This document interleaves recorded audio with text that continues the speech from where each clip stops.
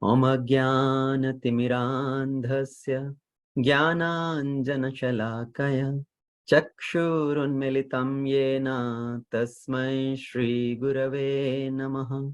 Mukam karoti vachalam Pangum langhayate girim Yat kripatamaham vande Shri Guru Dinatarine Paramananda Madhavam Shri Chaitanya Ishwaram Namo Vishnupadaya Krishna Pristhaya Bhutale Srimate Bhaktivedanta Swami Tinamine Namaste Saraswati Devi Gauravani Pracharine Nirvishesha Shunyavadi Paschatya Deshatarine Jai Shri Krishna Chaitanya Prabhu Nityananda Shri Advaita Gadadhar Shrivas Adi Gaura Bhakta Vrinda Hare Krishna Krishna Krishna Hare Hare Hare Ram Ram Ram Hare Hare.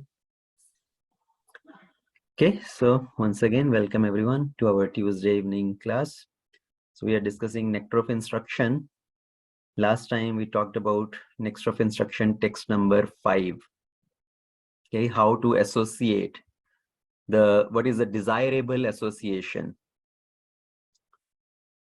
with which category of devotees we should spend more time with. So we talked about 3 category of devotees: the neophyte devotees, then more advanced, and then the most advanced. Neophyte devotees, Kanishta Adhikari, Madhyama Adhikari, and Uttama Adhikari, and what are their characteristics. So today we'll be talking about Nectar of Instruction text number 6. When we are associating with devotees, we should be careful to not offend the devotees or not to see the devotees with material vision. Okay, so that is going further more into association, what consideration we should have, and where we need to put utmost care not to offend the devotees. So the text number 6 verse itself says, can you share my screen?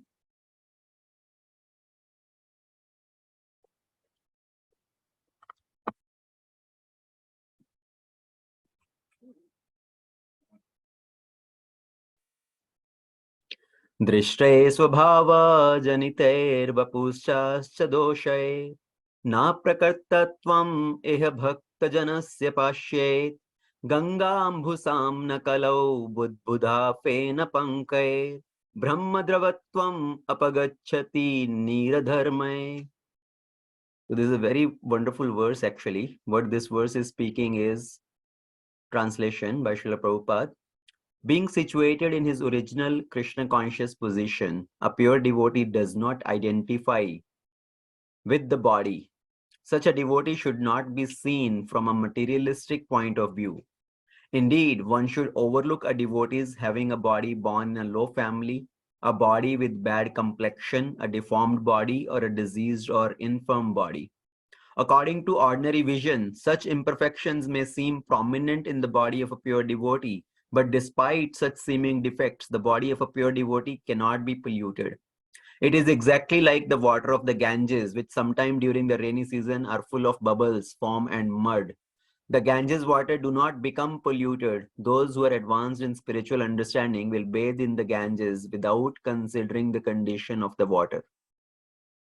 So, as I said, very important verse. It talks about how we should see the devotees, not from material visions, but with spiritual visions. Sometime the devotee's body, right? We may see some devotee has a deformed body, or he is not looking very handsome or beautiful. His body is with bad complexion, or as a diseased or infirm body, or he is born in a lower family. But we should not see these external things. We should see their consciousness, right? Where they are situated from spiritual point of view. Wonderful example of Ganga is given here, because sometime in Ganges, There may be impurity from external point of view. There may be some foam, mud, etc. But the water of Ganges is pure. Brahma Dravatvam, right? The transcendental nature, that is not spoiled. And people will still take the water and sprinkle on their head and may sip the water also. So we should look at the spiritual characteristics, not the material characteristics. So from that point of view, we should understand how we should deal with the devotees. Now, another very important aspect to understand is, yes, the material or the bodily defects are visible, but they should not be seen because they are material. So similarly, the advanced devotee, because they remain transcendental even having some bodily defects.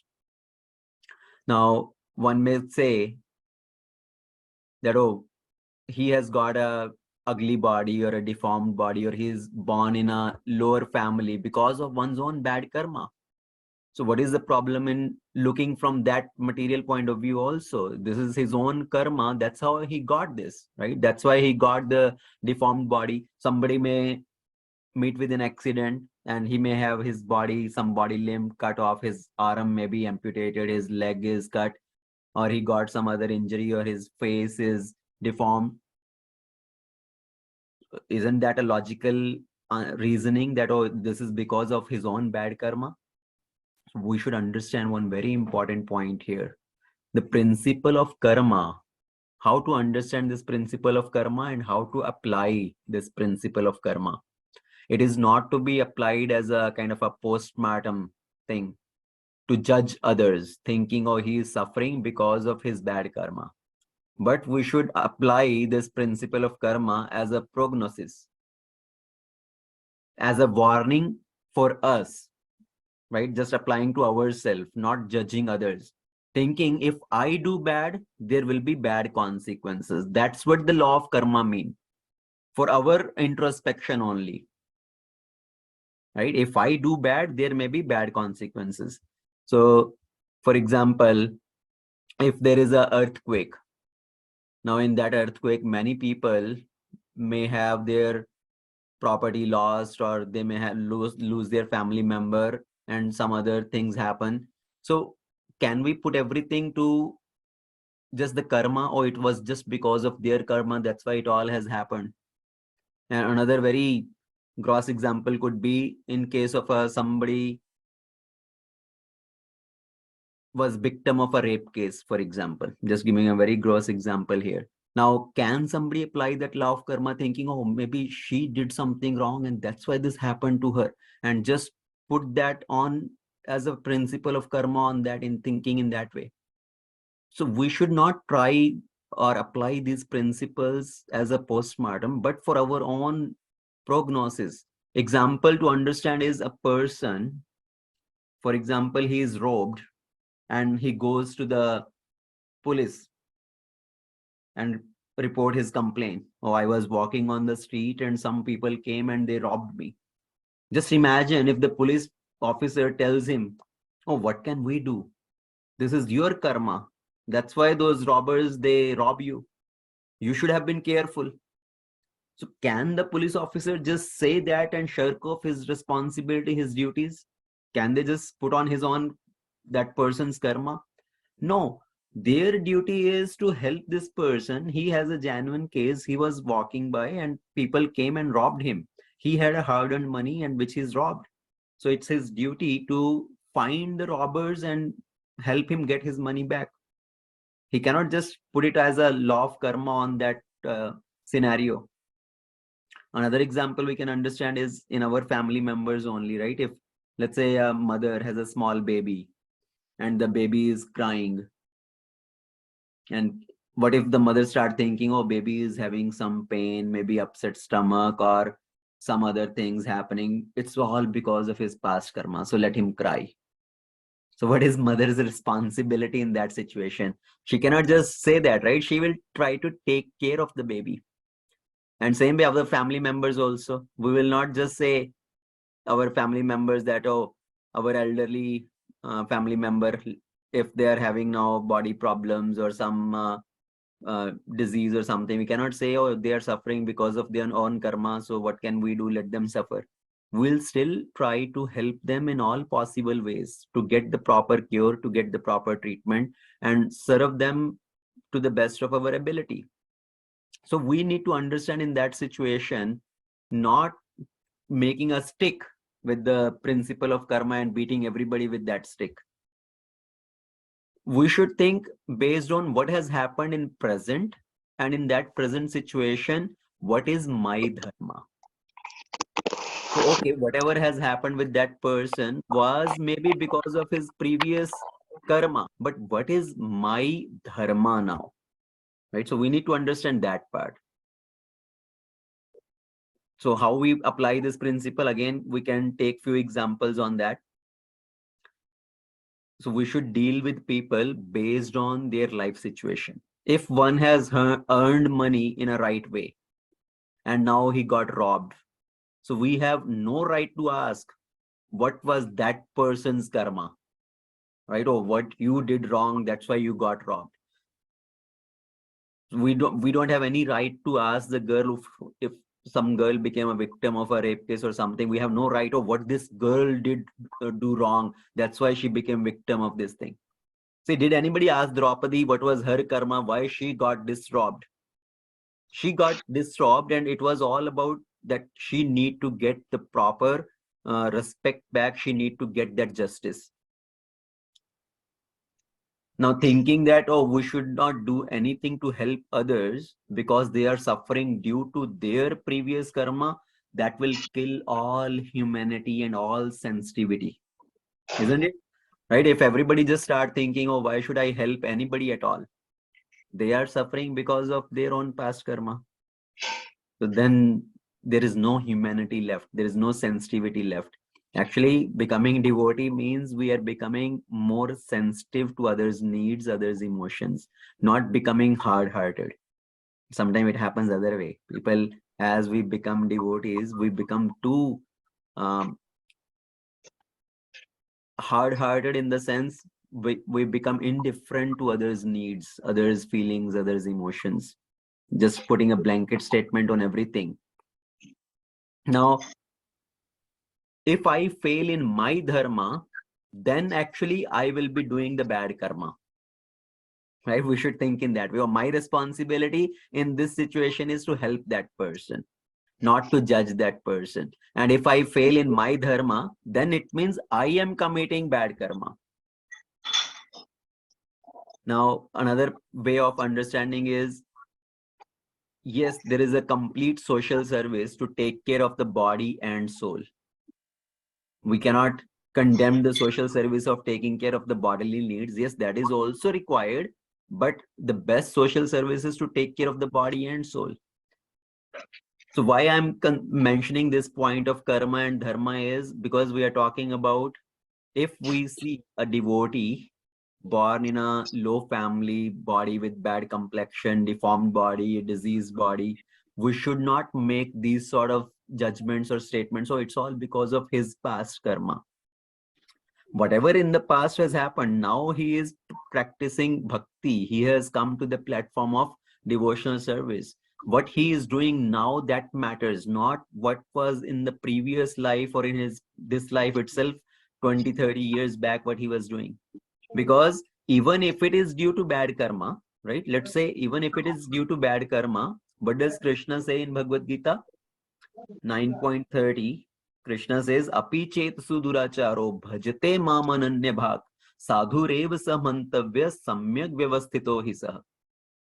So that person, even if he is suduracharo, he somebody fallen down from his position, he committed a very bad sinful activity, durachar, bhajate mam ananya bhak, but now he is completely situated in bhajan kriya, unconditional devotional service. Sadhu reva samantavya, that person should be considered as a sadhu, because he will be corrected, he will be purified of all his previous conditionings very soon. Samyak vyavasthito hi sah. So body is external to the person, And when the person has devoted to Krishna, therefore, there is no need to stay obsessed with the externals. That is the point. So when we say the pure devotee's body should not be seen materially, it should not be seen only materially, right? We should see from the point of view of his spiritual platform. He is situated at the level of spiritual, how elevated his consciousness is. Because in our movement, we may see many devotees from all vast backgrounds. Some devotees, now they are sannyasis. Earlier, before coming to Krishna consciousness, they may they may have been hippies also, right? They may be engaged in earlier wrong activities also earlier, but now when they took to the process of devotional service, they gave up all those activities, and they have been practicing for so many years with so much sincerity, following all the rules and regulation. And still, if we talk about their previous activities, oh, they used to do it like that, and we try to demean those devotees, then it becomes actually a great offense, and Krishna does not forgive that offense towards the devotees. So not judging devotees based on what they may have done in the past or in their previous life. Material defects do not affect the transcendental potency of the message. Prabhupada quote this point there in the purport. Sometimes there may be apparent material defects in the person, but they do not affect the transcendental potency of the message. For example, in the books, right, when the devotee write a book or something, there may be some spelling mistake, or by mistake there was some misprint of some word. So it does not mean that, oh, this person, this devotee does not know anything, or he is writing this wrong. There may be apparent material defect, but the message is pure. So one should see it from that point of view. Example here is quoted of Ganges. Right? Ganges is coming from the lotus feet of Lord Vamandev. We know that pastime when Vamandev expanded himself in 2 foot step, he measured the whole universe. The thumb of his feet pierced the covering of the universe, and the water outside of the universe started coming inside. Water of Garbhodak, of the causal ocean, and that is what is referred as Ganges. So Ganges has the transcendental potency, that is a Brahma Dravya. Even though materially on this earth people may come, they may throw dirt in that, all the nonsense things, the water is flowing, and as a flowing water, it filters out all the impurity, and the potency of the water remains. So materially at some places, this the water may be polluted, but it does not loses its potency. So same way, there may be apparent defects in the body of a devotee, but if they are practicing bhakti with the pure consciousness, their spiritual potency remains, and we should just see them from that point of view. Now, the another very important point, which is to discuss here, is we accept, right? We say one should accept the Mahaprasad of devotees, Mahaprasad of elevated senior devotees, Mahaprasad of Guru, accepting Guru's remnant. Because Chaitanya Mahaprabhu also says the 3 things receiving from a Vaishnava is very elevating. Bhakta Pad Jal, Bhakta Pad Duli, Bhakta Bhukta Avashesh, ei tino Mahabal. So Bhakta Bhukta Avashesh means the remnants of the devotees. So let's say we offer Guru so many items to eat, a big plate of food stuff. And Guru may not eat everything. Right? He may take some of the things, and the remaining thing will come out, and the devotees now can take those remnants of Guru as a Mahaprasad. But what should be the mood and consciousness of that? And considering the different scenarios. See, we don't want to be fanatic in either situation. Fanatic of accepting or fanatic about rejecting. Sometimes that happens, right? We become fanatic in both scenarios, either fanatic about accepting also or fanatic about rejecting. Somebody say, oh, it's somebody's jutan, somebody's avashish, how can I take that? So just blindly rejecting that. Or sometimes the devotee blindly want to take it, oh, it's guru's mahaprasad, so I must take it, not considering any situation at all. But we should utilize our intelligence also. Yes, guru's remnants of elevated Vaishnava sannyasis, they are very powerful. One should not see them from materially point of view, that oh, he is old and he is this and that, how can I accept his remnants? But at the same time, we need to be little careful also. If there is a certain disease or certain situation, guru is hospitalized and all, and he has some viral infection, it doesn't mean that oh, you take everything what is coming out of guru's remnant. If there is a COVID infection or something, doesn't mean fanatically one will say, oh, no, no, no, it's guru's mahaprasad, so I must take it. Yeah, at that time, yes, we should utilize our intelligence, but understanding the principle here. In principle, one should accept the remnants of Guru.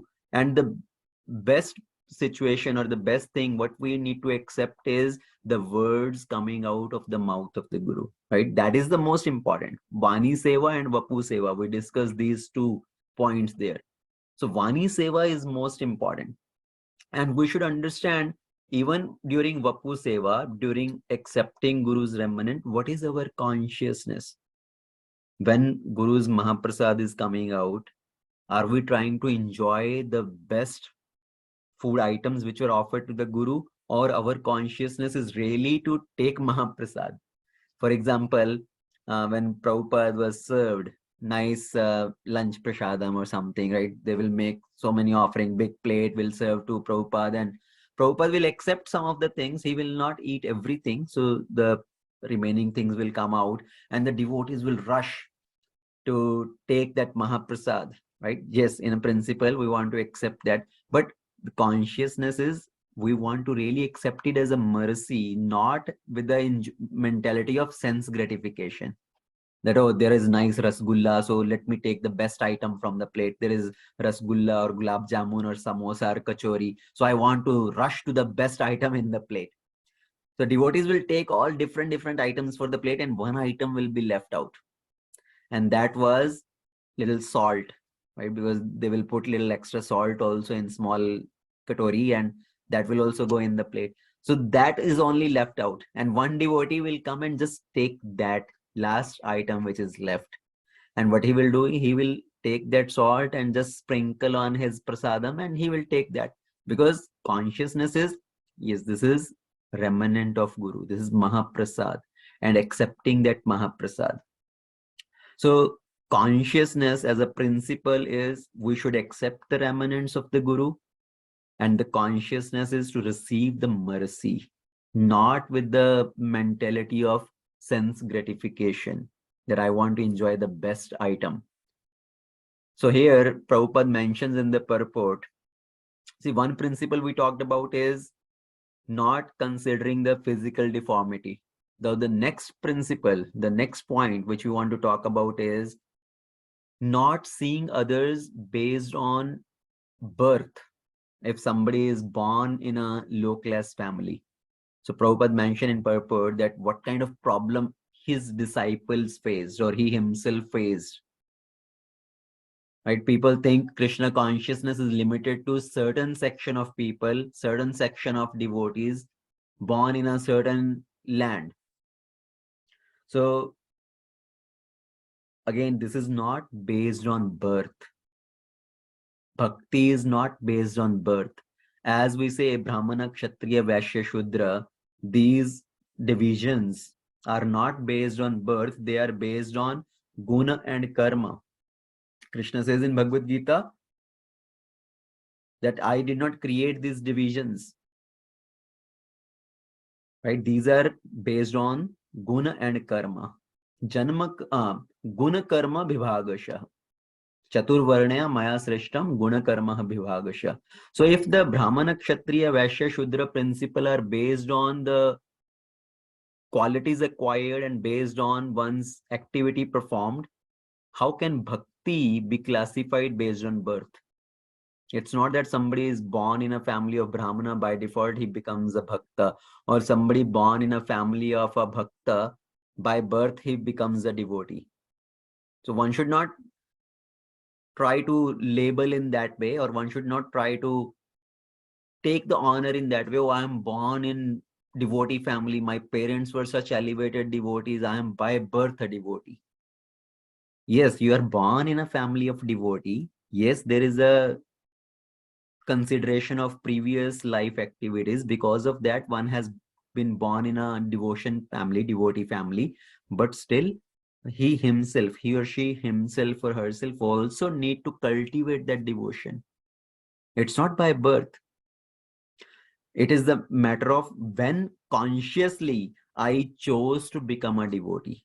Yes, I took birth in a nice devotee family, but at what point consciously I chose to become a devotee?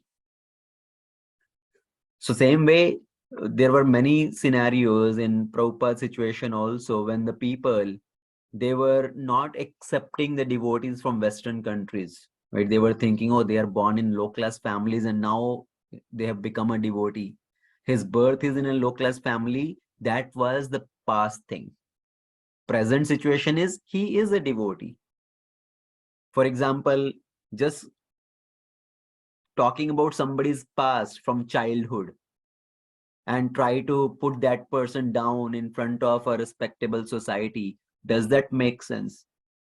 Right now, let's say somebody is a Supreme Court judge, and his childhood friend comes and in front of all his other peers and something, he start telling his childhood pastime, childhood stories. Oh, I know this person, he used to be roaming around naked, he used to pick his nose, or he used to do this or that. Okay, that he was doing when he was a small child, he did not know much, but now he's a very at a respectable position. Why to talk about all these things and demean that person? So same way, somebody may be born in a low class family, he may have done some other things in the past. Reality is now he is a devotee, he is practicing nicely. So why to beat him with that stick that, oh, this person had done this and that, and he is born in a low class family, so he should not be accepted. So generally in India, there is something called a Goswami title, right? Goswami family lineage. So who is actually a Goswami? This is not by birth, but by becoming Krishna's pure devotee. Title Goswami must be actually a monopoly of a devotee, not by generic. Because what is the meaning of Goswami? Goswami is one who is controller of his senses. Right? The first verse of Nectar of Instruction we talked about, somebody who can control his urges of the body and mind, he is eligible to make disciples all over the world. So that is a Goswami. So Goswami is a controller of the senses, not by hereditary somebody consider himself as a Goswami. Now there are many caste Goswamis in India. There are many Goswamis just as a surname, right? They put surname as Goswami, but they have nowhere being close to being the controller of the senses. They are completely indulging in sense enjoyment, but they put the title as Goswami. And this concept of Goswami, see how Chaitanya Mahaprabhu gave this title Goswami. He even announced, or he declared, these devotees like Rupa and Sanatan, and he gave them the title as a Swami or Goswami. Originally, they were born in a Brahmana family, but they were converted to Muslims.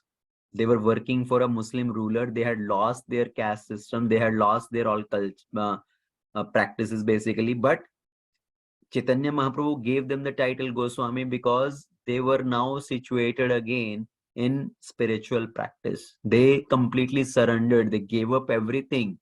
And Chaitanya Mahaprabhu sent them to go to Vrindavan to engage in Krishna service, to re-establish those pastime places of Krishna, to write scriptures. So Chaitanya Mahaprabhu gave the title Goswami to them. So one should not criticize based on one's previous activities or his being born in a particular family. Now, Prabhupada himself, he had to face a lot of criticism. Right? The history of Gaudiya Math, if we see, Bhaktisiddhanta Saraswati Thakur, he preached vigorously. And he told his disciples that you all work together, you try to preach, you make a governing body. But it did not work out. When Bhaktisiddhanta Saraswati Thakur departed, right? He disappeared in 1937. He had asked his devotees, his disciples, to make a governing body, but it did not work out. There was a split that everybody wanted to take control of one matha and just control that. So at that time, the preaching did not expand much. And when Srila Prabhupada, when he tried to work with his god brothers, some of them who were sannyasis at that time, Prabhupada tried to work with them to spread this message of Krishna consciousness, but it did not work out. Prabhupada wanted to come to the West because of the order of his Guru Maharaj. And he had talked to many of his god brothers to help him to go to the Western countries, but they were not much favorable. So Prabhupada, on his own endeavors, he went and approached people. He went to Sumati Muraraji and requested her to give him a free passage to that passenger ship. And somehow he came to the West, he came to USA. And after preaching in West, when Prabhupada was successful to make devotees in the West, when Prabhupada came back to India with some of his foreigner disciples, right, Western disciples, he had a mixed response from people. He had a mixed response from his god brothers, from people in general. When first time Prabhupada came with foreigners to Vrindavan, he was much appreciated by the locals. When they saw these white people, they were really surprised actually that they are chanting the holy name, they are dressed in dhoti, kurta and all. So they were very impressed and very surprised, and they appreciated Prabhupada's efforts. It was like a village boy, right? He getting very popular and now coming back to the village. How all the villages will receive him and treat him. So Prabhupada became like as a celebrity among the locals, among the villagers. But many of his god brothers, many of other Goswami, caste Goswamis, they were becoming jealous also. Why? Because they could not do what Prabhupada was able to achieve, what he was able to do. Because they felt that, oh, now we are sidelined. And Prabhupada was becoming kind of as a mainstream leader. Many of the god brothers appreciated, right? They appreciated him in public also, that he is the one who has filled the desire of our Guru Maharaj, Bhaktisiddhanta Saraswati. But many were becoming jealous to the extent actually they were trying to pull the devotees. They were trying to pull these Western devotees to themselves, to their matha, to leave Prabhupada and become their disciple. So this khichatani, this kind of pulling people, it was happening there that time also, which is very common practice out of jealousy. But that is a bad practices which is against the Vaishnava etiquette. So Prabhupada also faced all these situations. Some people indirectly criticized. Why? Because they said, oh, our god brother, he is able to preach the Western world because he was belonging to a businessman family. He was a Vaishya earlier, and he used those qualities to attract these low-class people. We are preaching to the high-class people. So he was able to preach to these low-class people, malichas, and he is using his little business skills. But that is also indirectly criticizing. The way what they are trying to say is, oh, we are superior, we are preaching to the high class people. But actually, if we see what is Chaitanya Mahaprabhu's mood, Chaitanya Mahaprabhu, he is known as Patita Pavan, right? Krishna is known as Patita Pavan. Lord Ramachandra is known as Patita Pavan. They are not known as Pavan Pavan, that are deliverer of the pure. They are deliverer of the fallen. See, you can show kripa, karuna to the one who is fallen only, not one who is already elevated. So patita pavan means when you elevate somebody who is so fallen. So how can somebody say, oh, we are trying to preach to the elevated class of people and you were able to preach to the low class only? So that is out of jealousy, out of envy, when somebody will make those sort of remarks. So he is able to do, actually, he is not preaching the pure message. We are the one who are preaching the pure message. All these kind of statement are to demean other person. So higher class, higher caste people condemning low class, great devotees, that is also one sort of bodily conception.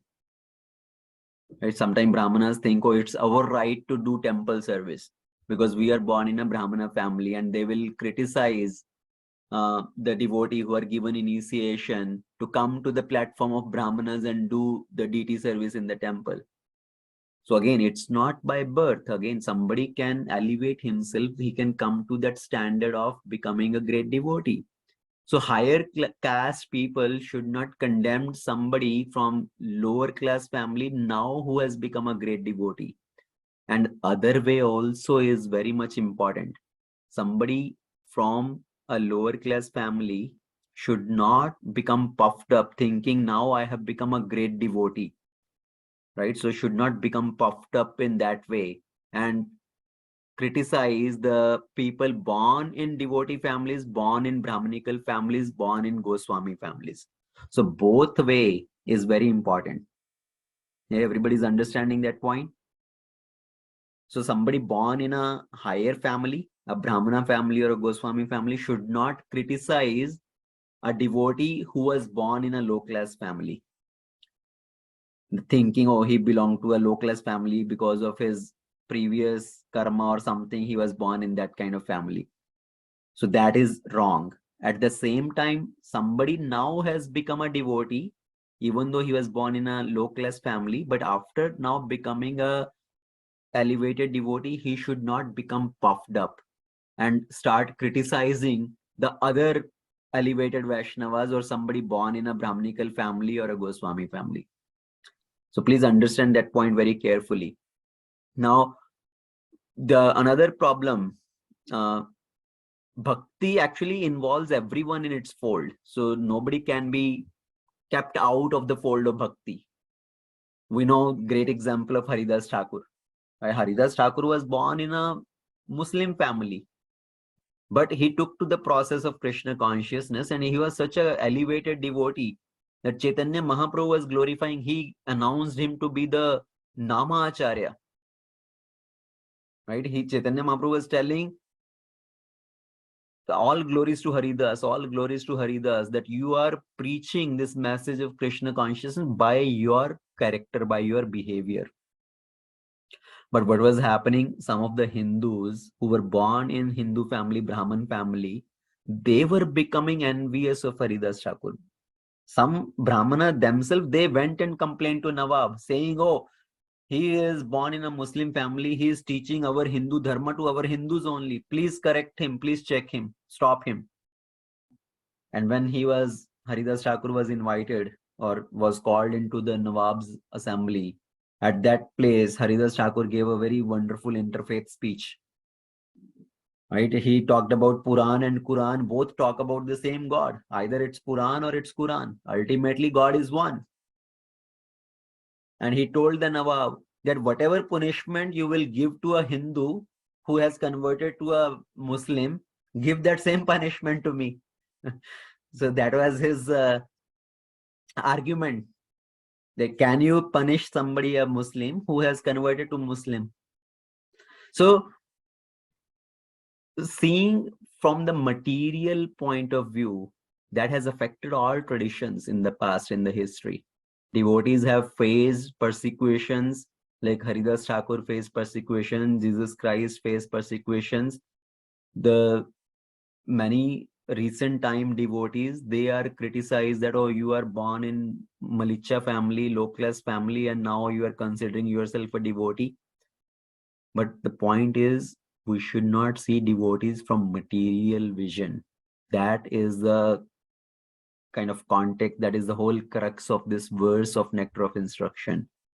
And why we should not do that? Because that will lead to offenses. And we should not offend other devotees. We should avoid any offenses, protect ourselves from committing offenses. Offenses towards devotees, they are considered like the mad elephant offense. Right? As a mad elephant entered into a garden, it will destroy the whole garden. Mad elephant is not going to pluck a flower very nicely, gently, softly, and offer it to Krishna. The mad elephant, if he enters into the garden, he will just trample upon all the plants, all the flowers, and destroy everything. So same way, offenses towards the devotees are like the mad elephant offense. They can destroy our bhakti creeper. It can completely destroy our bhakti creeper. So we should be very careful. Offenses are even more grave than sins. I have had that discussion few times with many devotees, different devotees. What is the difference in sin and offense, and which is more critical? Right? Sin is more critical or offense is more critical? What do you think? Anybody want to say? पाप ज्यादा खतरनाक है या भक्तों के प्रति अपराध ज्यादा खतरनाक है?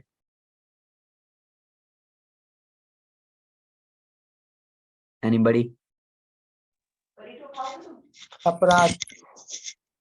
भक्तों के प्रति अपराध। भक्तों के प्रति अपराध। Why?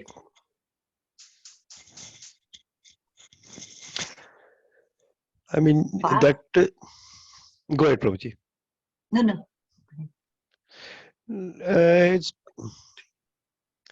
It's basically you are, for the lack of a better word, showing Krishna's chosen few down. You're creating offenses against them. Okay. So what the scriptures say, actually, the comparison between the sin and the offense, how to relate them or how to kind of compare them, says, for example, you are walking on the street and somebody is sweeping the street and some dust particle rise up in the air, and with the wind blowing, some dust comes and stick on your body, on your face, on your hand. So sins are like those dust particle which is making you impure, but as the dust on the body can be easily removed, you can wash your hands, you can just dust it off, right? And that dust can be removed. So the sins, the effect of sins can be nullified quicker by little atonement, a particular atonement about that sinful activity.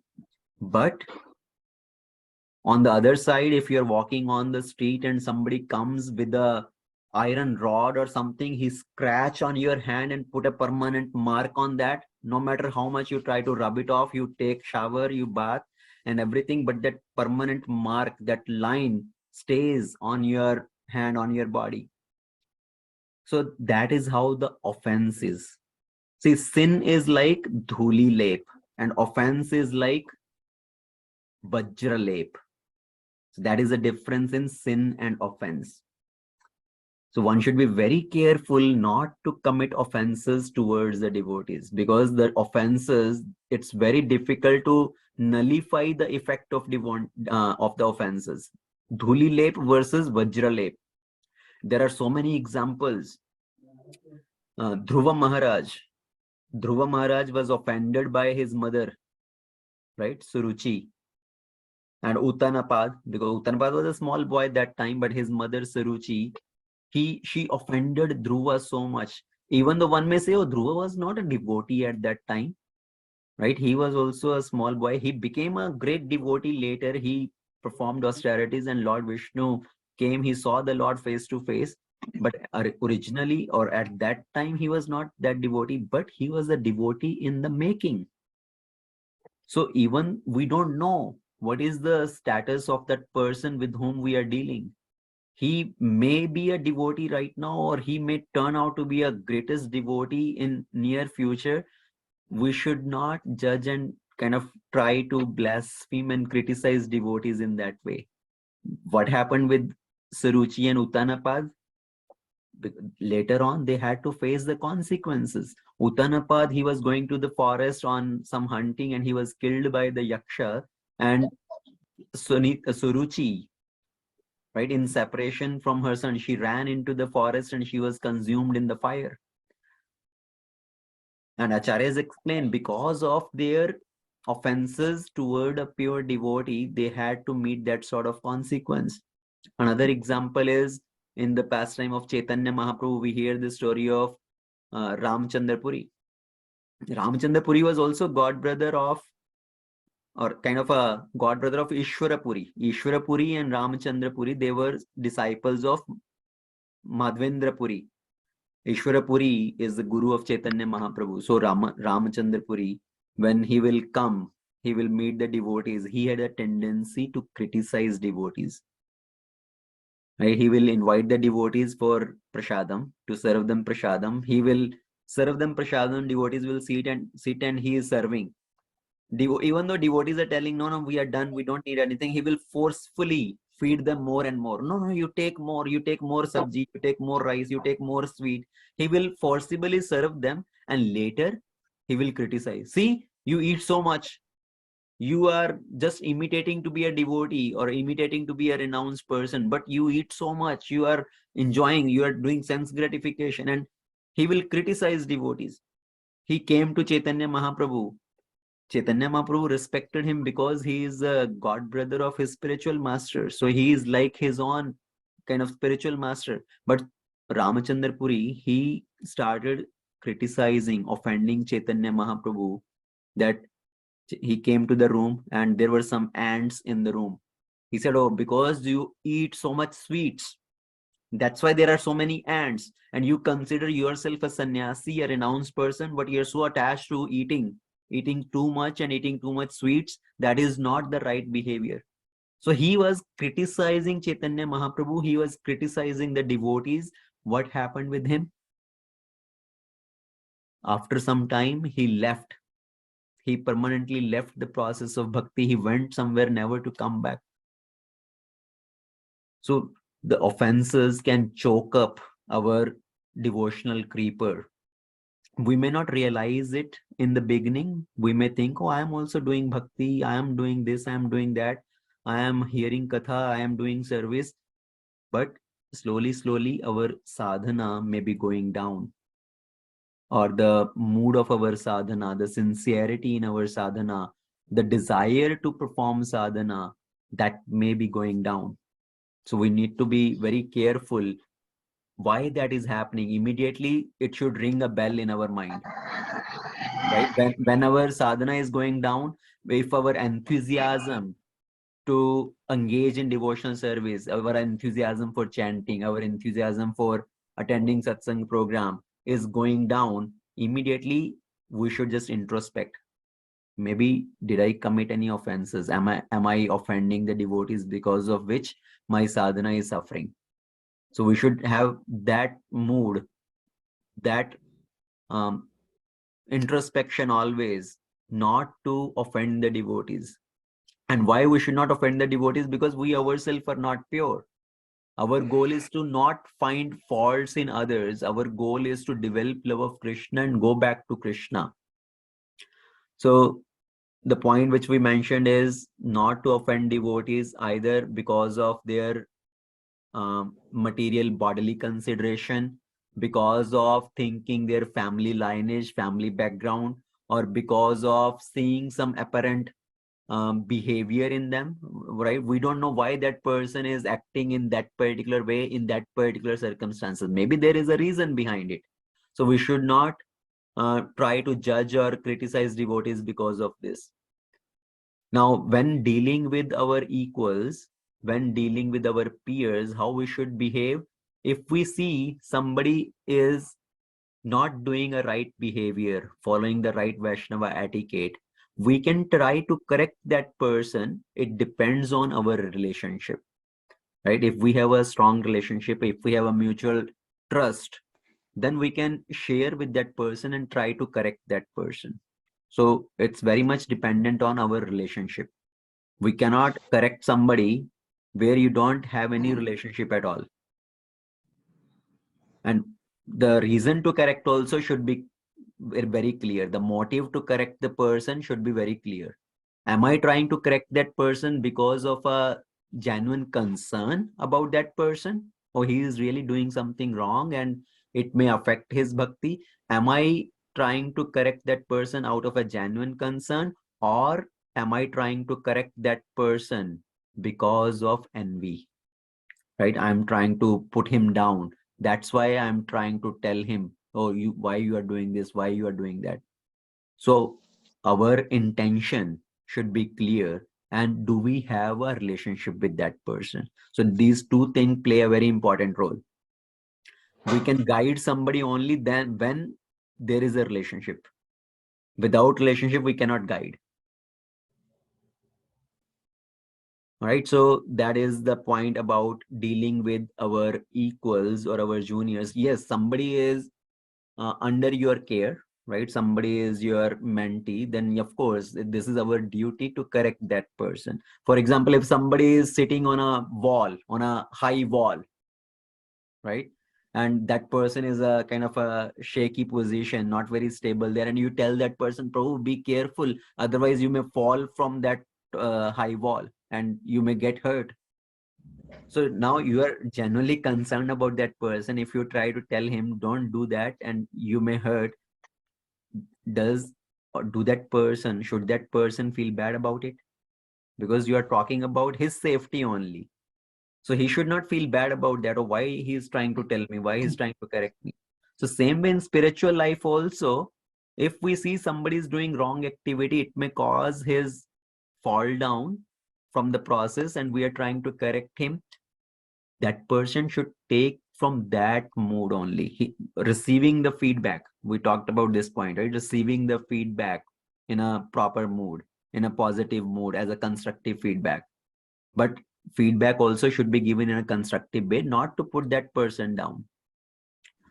So the point which we discussed in this verse as a summary, not to see the devotees with material vision, but to see the devotees with spiritual vision, right? What is their transcendental potency? Even though materially there may be some deficiencies, bodily deformity, ugly looking or something, but looking from spiritual potency point of view.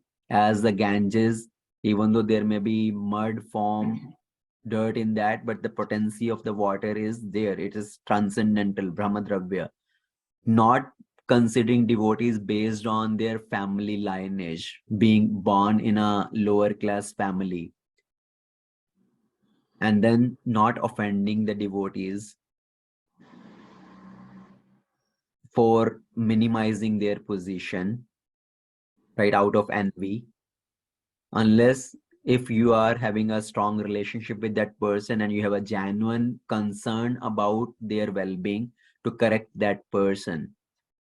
So these are the points, the main points, take out or the take home points from this particular verse. Okay, so I will stop here. Srila Prabhupada ki jai, Ananta Koti Vaishnava Vrinda ki jai. So we'll open for any discussion. Yeah, Prabhuji, there are interesting things. If you look at the examples, a couple of examples comes in my mind.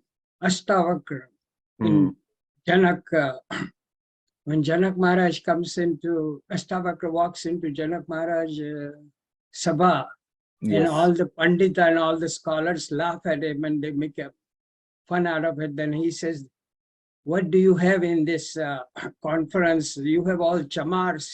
They just look at the skin. They don't look at what is inner strength and knowledge. And Astavakra wrote Gita. Astavakra Gita is there. Yes. Same thing with Kabir. Tulsidas had a very bad problems when his mother died and all that. He ended up with the great. Valmiki is another example. Kabir is another example. Surdas is another example. Yes. Even Gujarat, there is a Narsi Mehta, the jealousy of Brahmin, and he was going to teach all the people with untouchable. And he was harassed by the Brahmanas quite a bit, Nagar. So I think that points the way that sometimes being born or having a knowledge, you think that your ego is fucked up. Really, it has nothing to do with your knowledge or the classical. Another thing reminds me is your Adeshta Sarvabhutana Maitra Karunache. Every sentence, Adveshta, you shouldn't have a jealousy. Maitra, you should be friend, you should be merciful. Daya dharma ka mool hai. If you start criticizing people, first offense you're creating is daya. And your ego, nirmamo, nirankara. Those are every offense, these offenses are connected with that type of attitude, to consider other people down when you don't know what yours is. And Kabir also, Buraj main chala burana milya koi, dil jo khoja aapka to mujhse burana koi. All those things are very true when you think of it, and it fits all into the your discussion. Hare Krishna. Hare Krishna. Yes, Prabhuji. So you quoted many examples of wonderful devotees, even though they were born in a low-class families, right? Like you talked about Kabir Das, Tulsi Das. His family lineage was not there. He had no father or mother. And then Surdas, Rai Das, Mira's guru. And then you quoted the example of Ashtavakra. Actually, that is a classical example. Ashtavakra had a bodily deformity, right? His body was deformed at 8 places. Bent at 8 places. So the Brahmanas, they laughed. So what he was considering, that all the people you have invited here for the discussion, they are all at a bodily consideration. They are all low class, like a Shudra, Chamar.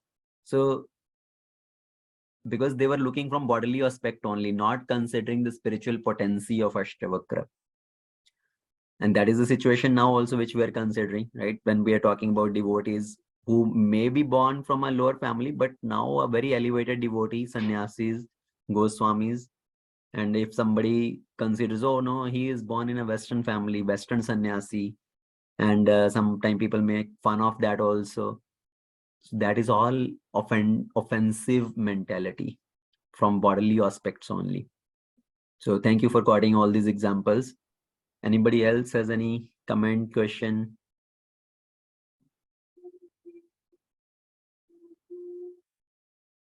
Yeah, Prabhu, I want to describe one incident. See, we read all the good stuff in the theories, but when it comes to practical, it is very hard to apply. Right. So regarding that, how many years now? I forgot. Few years, 4 or 5 years back, I think, we went to New Vrindavan with a bus load of devotees. Started from your house. That time, the bus was on the way, middle of the, I forgot the name of the place. There was a rest area, and then in the rest area, so a lot of people got down, and some of the kids, they, I think, bought pizza, and some of the kids probably could not eat the whole pizza. Half of the pizza they brought inside the bus, and it was smelling. The pizza smell, you know how the pizza smell is. And then surrounding that area, whatever devotees, there are many devotees who are in the process for many years. They are senior devotees, and everybody started criticizing that very badly with bad words, like in a devotee language, bad words, and it was very hateful kind of situation was created because of the smell. And I was there. I was seeing all these things, and I was not feeling very comfortable seeing that these kids, they hate pizza, and there is a pizza smell. Why they make so big fuss of this situation? It's okay, a little bit smell, you tolerate it. What is the big deal? I didn't tell anybody, but I was feeling like that. And then I saw that situation. Then it was like very bad feeling I got seeing that scenario. because people are doing chanting all the time, doing all this stuff, and then when situation comes like this, their behavior doesn't comprehend. There's no correlation between their devotee of experience or chanting experience or the behavior what they show. That was not like correlated behavior. So there may be multiple things, many things in that one. One is basically as a point of that if we have been talking about these principles of what to be accepted, what not to be accepted in terms of the food stuff also, right? What is acceptable eatables, offering to Krishna and all. So there may be from that point of view consideration. So I exactly don't know what was the situation and how this was kind of treated in that way, but there may be from both sides, from both parties, there may be multiple angles. Now, somebody was maybe not accepting or tolerating that situation, kids eating pizza, was that breaking the regulative principles, having meat on that, or was it just not tolerating the smell of that? What was the consideration? I'm The not really sure. reason was the smell of the pizza. Yeah, so they're very much bothered by the smell of the pizza. That was the reason. Right. So it's like many years back situation. I really exactly don't know what was from both parties. Now, if we criticize the devotees that they were doing like that, so then also it becomes like a, it may be offensive, right? Why they did that and in what situation, what circumstances they did that. So it's hard to kind of put one-on-one correlation to that. The reason of telling this is we read good stuff, we do good stuff, but when the practical scenario hits, people should remember all this thing. Right. That time, those knowledge goes through the window and people misbehave so much. And that's what I noticed. And I was very disappointed seeing that behavior. I'm not talking about the new people. There are people who has not gone through the process for many years, but there are some senior people who misbehave that time. And that was not very nice. Now, if I say that, you might think this is offense. If you think this is offense, I never told this. I told first time to you. This is what happened. As this topic came, so I was thinking, this is a practical example. All the devotees should remember. You do all the process, all the activities, all the knowledge should be reflecting your behavior. It should not happen that you just read and you don't understand all this thing. And when behavior, practical scenario hits, and then your behavior changes. So it doesn't help. That's what right. So see, we have to understand everybody is in the process of making, right? We are not at the level of pure devotee. So whoever are practicing, yes, somebody may be practicing for 10 years, but everybody has a journey. Everybody is trying to progress or trying to improve further. So what was somebody 5, 7, 10 years back, definitely, hopefully they have become improved since then, and they are progressing on that way. They have understood, they have realized many different things and understanding how to practically deal with different situation. As I said, sometime in the beginning, a couple of years of practice, within first 5 years, sometimes people take many things in a fanatic way also. And then slowly they start to realize how to practically deal with some situations, how to deal with other people who are not devotees yet, or who are not following the regulative principle, who are not eating always Krishna Prasad yet, right? How to deal with all these different situations. So people are learning based on their experience and based on their journey as they are progressing in this Krishna consciousness. So even though somebody did whatever 5, 7 years back, we have to give the benefit of doubt and think, yes, everybody is continuing in their journey. They are improving, they are progressing. Not only that, but Prabhuji, it doesn't help us anyway. For us, most important thing is like Dhamma. Some people don't understand it. Doesn't mean they never understand it. Sooner or later, they may understand it. But there are times they make mistake, like we make mistakes too. We make mistake every day. Hare Krishna. Yes, Prabhuji. Hare Krishna, Prabhuji. Hare Krishna, Vijay Prabhu. Prabhuji, I had one question, all these great devotees like Kabirdas, Sudas, which you quoted, I mean, they were all actually, because of destiny, they had, that they were, I mean, they turned out to be great devotees, or Is it because of their free will? They chose to become a Krishna conscious devotees in the process of their experiences, whatever is in their life. I mean, No, see, Prabhuji, we have to understand the bhakti is not destined. Right? It's not just because of destiny. Or अगर किसी की भाग्य में लिखा है, किसी की destiny में लिखा है भक्त बनना, तो वो भक्त बन जाएगा. So one cannot become Krishna conscious. One cannot become a devotee just because of destiny. Or it's just pure luck, pure destiny. It is one's free will to accept that process, to act in that way, to engage in that process. Of course, yes, there will be Krishna's mercy there. Without Krishna's mercy, without the mercy of devotees, it cannot happen. But one has to do his endeavor.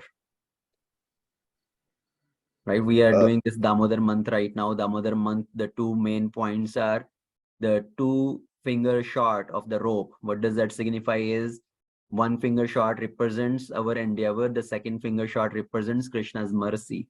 We have to do our endeavor and then we need to receive Krishna's mercy also. Both are needed.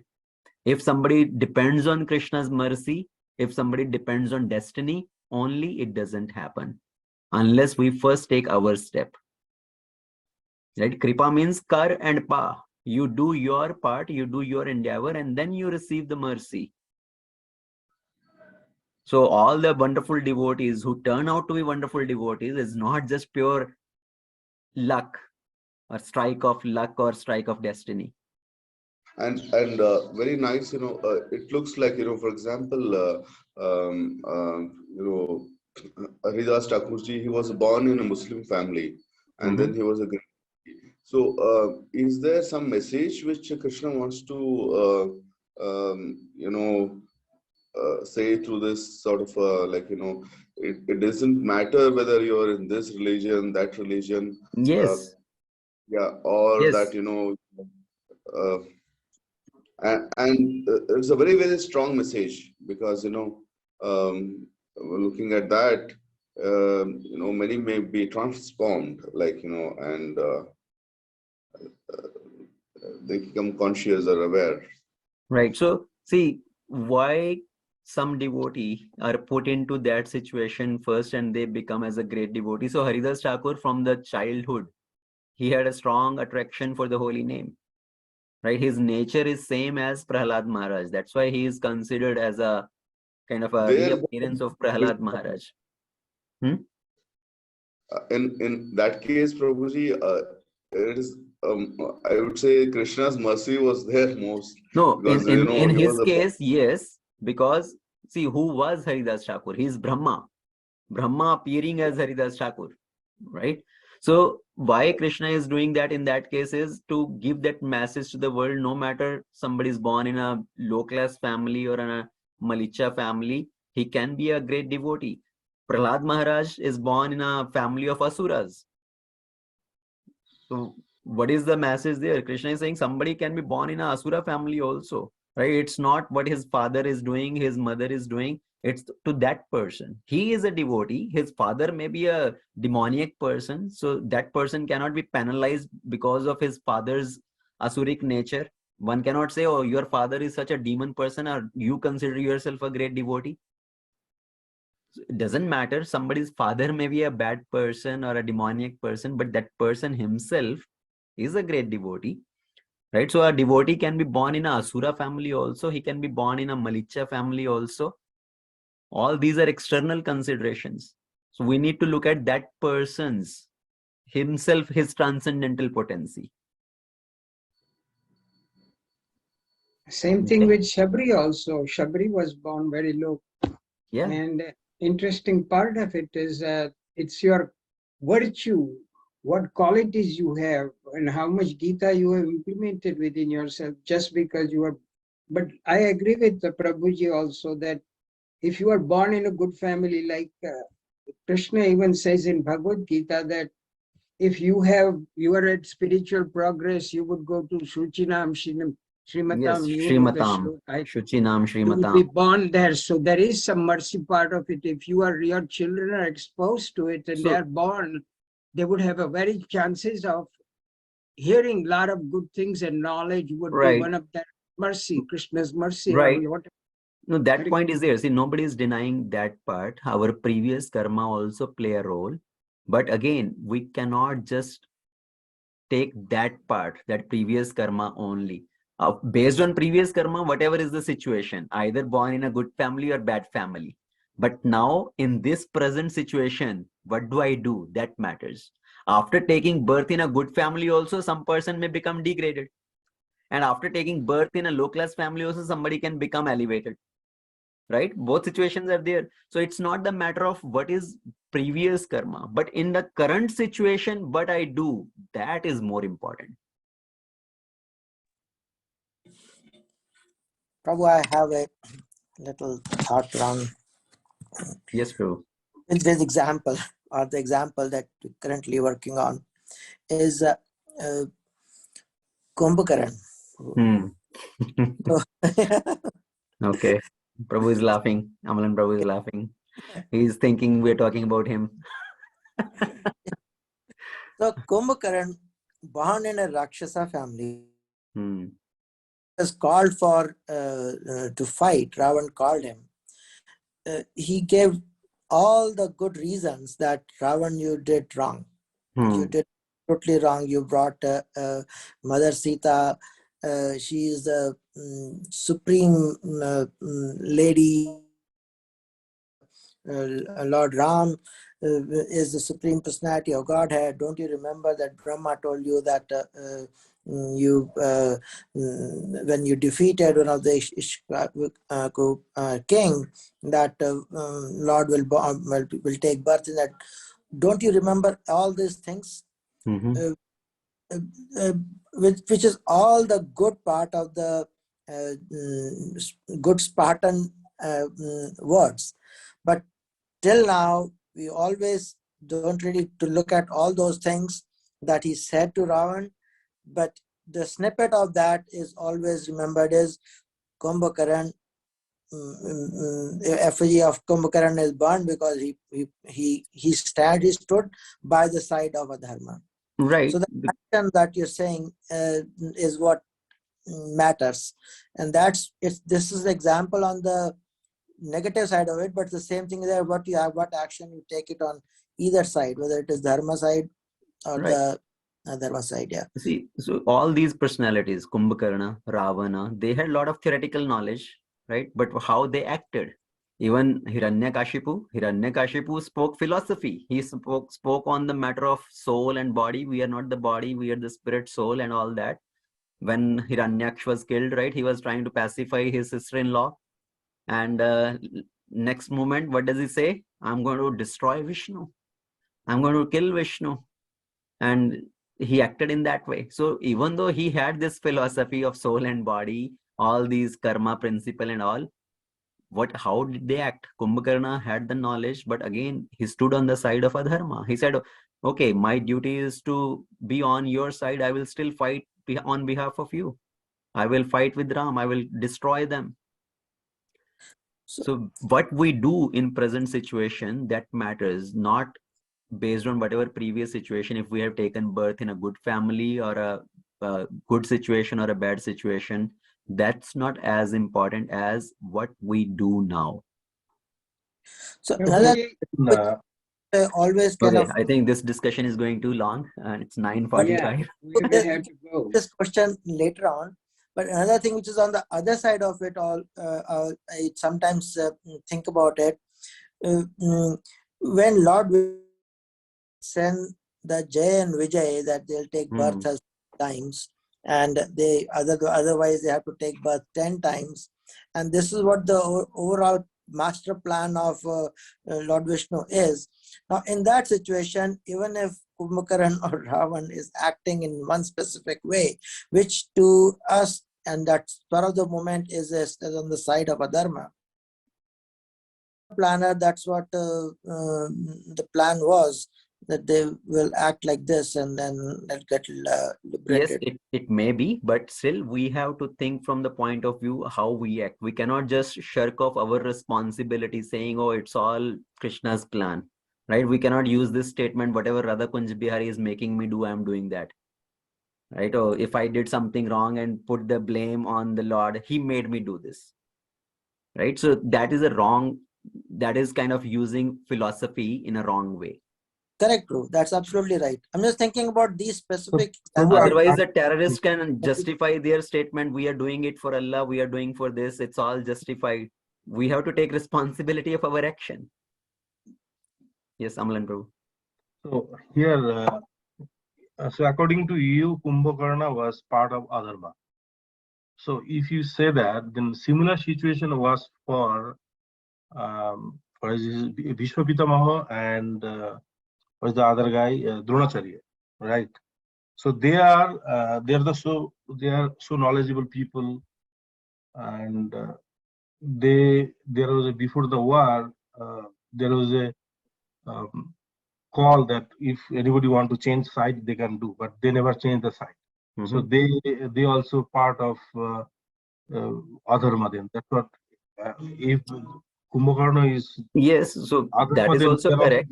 did the Adharma, right?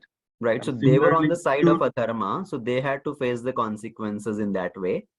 Even Bhishma Pitama had to face the consequences, but ultimately they received the mercy of Krishna. But Kumbhakarna also received the mercy of Lord Ram. It's not that he did not receive the mercy. Lord, either he killed somebody or he embraced somebody. In both situations, he is showering his mercy only. no, I'm not So, talking about that. I'm talking about the dharma part of it. yes. So Bhishma Pitamaha, Drona, and Kumbhakarna, they did dharma or not? That's the question.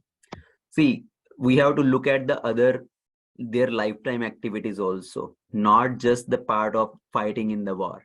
So Kumbhakarna fight in the war against Ram, that is one part, but throughout his life, what was Kumbhakarna doing? Was he practicing bhakti? Was he remembering the Lord? Was he serving the Lord? So we cannot directly compare Kumbhakarna with Bhishma and Drona. You have to understand, because Bhishma, throughout his life, he is always remembering the Lord. He is a great devotee of the Lord. But because of that particular situation, because of his vow and all, yes, he is facing the Lord against in the battle. But Kumbhakarna, throughout his life, what was he doing from his childhood? He was destroying the Brahmanas. He was eating up the Brahmanas. Right? He was destroying other people. He was kidnapping the women and all that. So he was doing all sort of negative things. No, we are not talking about the past. As you are mentioning that you're talking about the current scenario. In the current scenario, that moment, they all fought from the side of Adharma.